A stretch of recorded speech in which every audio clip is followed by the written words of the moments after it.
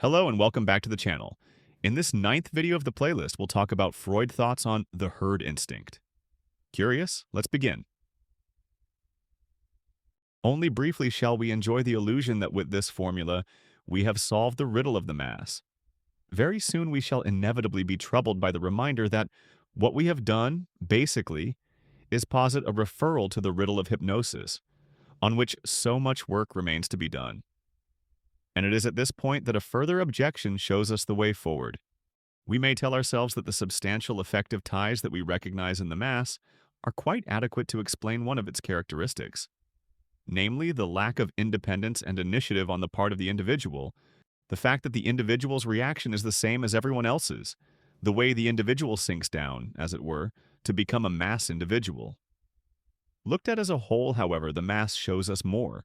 Certain features, a weakening of intellectual performance, uninhibited affectivity, the inability to exercise moderation and postpone things, the tendency to overstep all bounds in the expression of emotion, and to observe none whatsoever in action.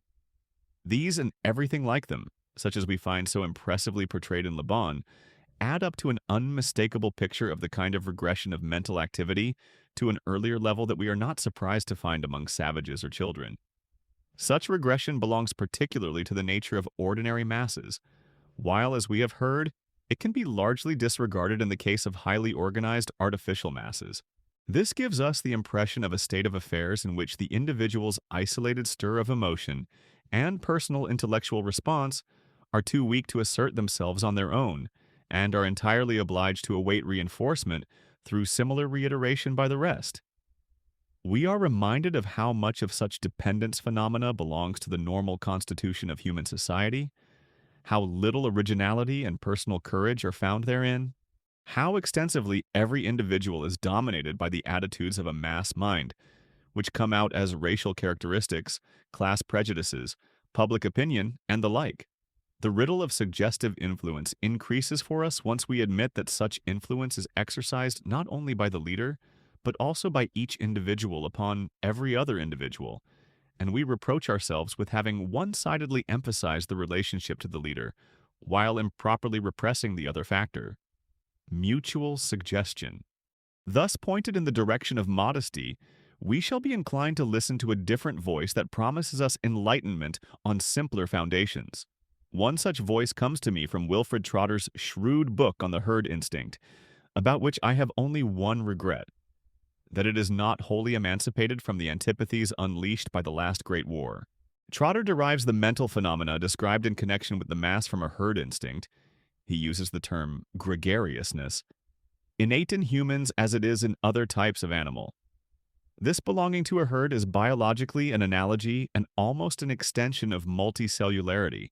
In terms of the theory of the libido, it is a further expression of the inclination, proceeding from the libido, of all similar living creatures to unite in ever larger units. The individual feels incomplete when alone. The small child's fear is already an expression of this drive, this herd instinct. Contradiction of the herd is tantamount to separation from it, and is therefore anxiously avoided.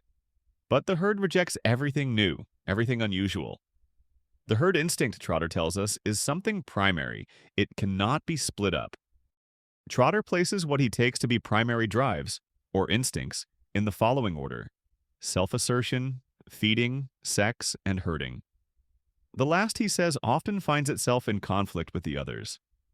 Guilt feelings and a sense of duty are the typical possessions of a gregarious animal. Moreover, Trotter sees the herd instinct as the source not only of the repressive forces that psychoanalysis has demonstrated in the ego, but also, as is logically consistent, of the resistance that the physician encounters when administering psychoanalytical treatment. Language, he tells us, owes its importance to its suitability for mutual communication within the herd, providing as it does most of the basis for individuals' identification with one another. Le Bon was chiefly interested in the characteristically transient nature of mass formation, McDougall in stable socializations.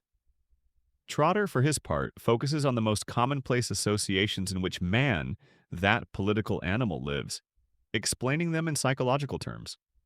For Trotter, however, no derivation of the herd instinct, which he describes as primary and irreducible, is required. His comment that Boris Sidis derives the herd instinct from suggestibility is fortunately superfluous so far as he is concerned.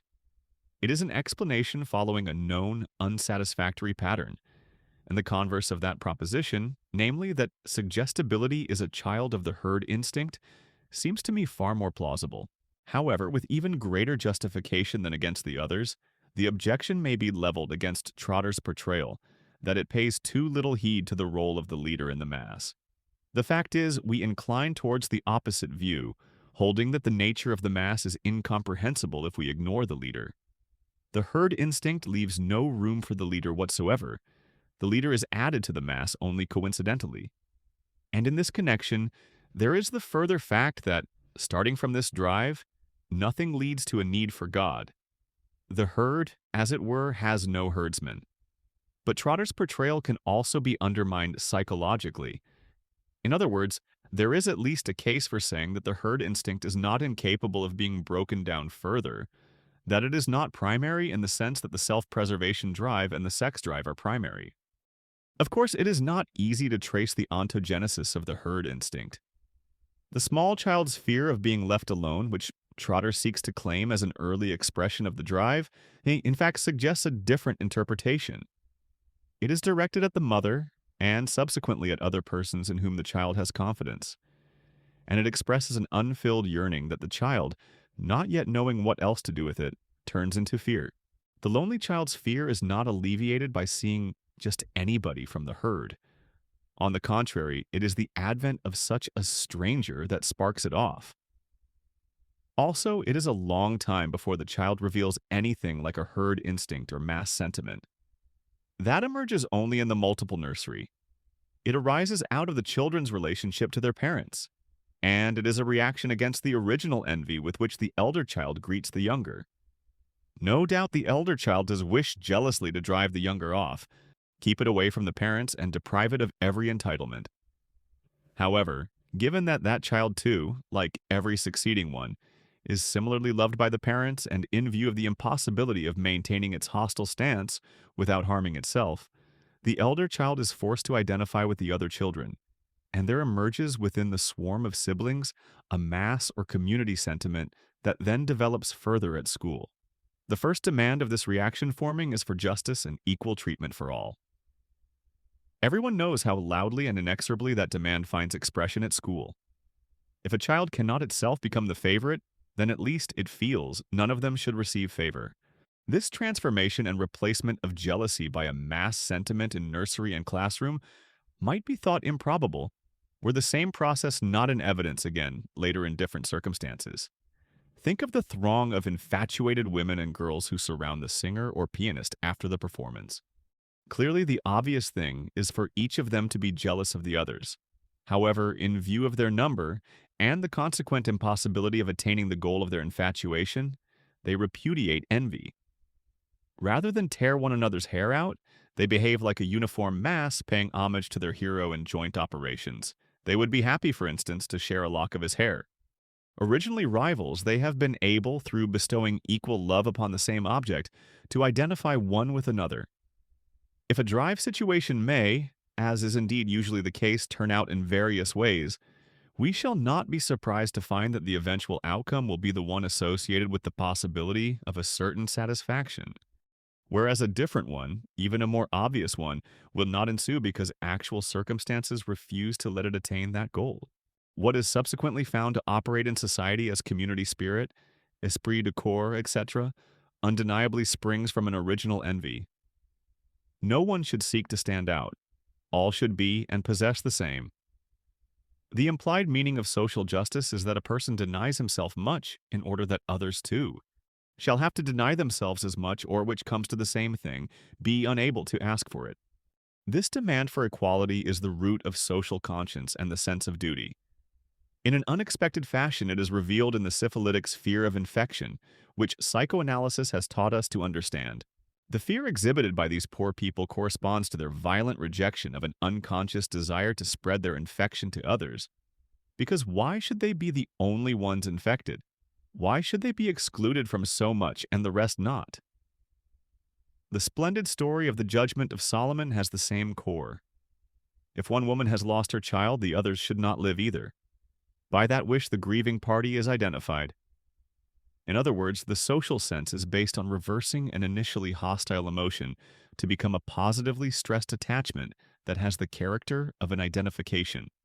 So far as our current understanding of the process goes, that reversal appears to take place under the influence of a shared tie of affection to a person outside the mass. We do not ourselves regard our analysis of identification as exhaustive, but for our present purposes, we need only return to one particular feature, namely that consistent implementation of parity of treatment is demanded. We have heard already, in discussing the two artificial masses of church and army, that a prerequisite of both is that everyone should be loved in the same way by one person, the leader. Let us not forget, however, that the mass's demand for equality applies only to the individuals who make it up, not to the leader.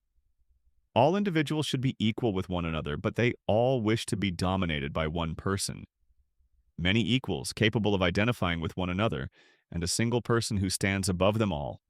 That is the situation we find realized in the viable mass.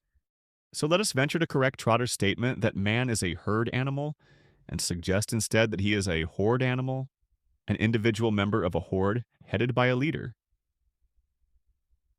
If you enjoyed this video, you might want to check the books available in our link in the description.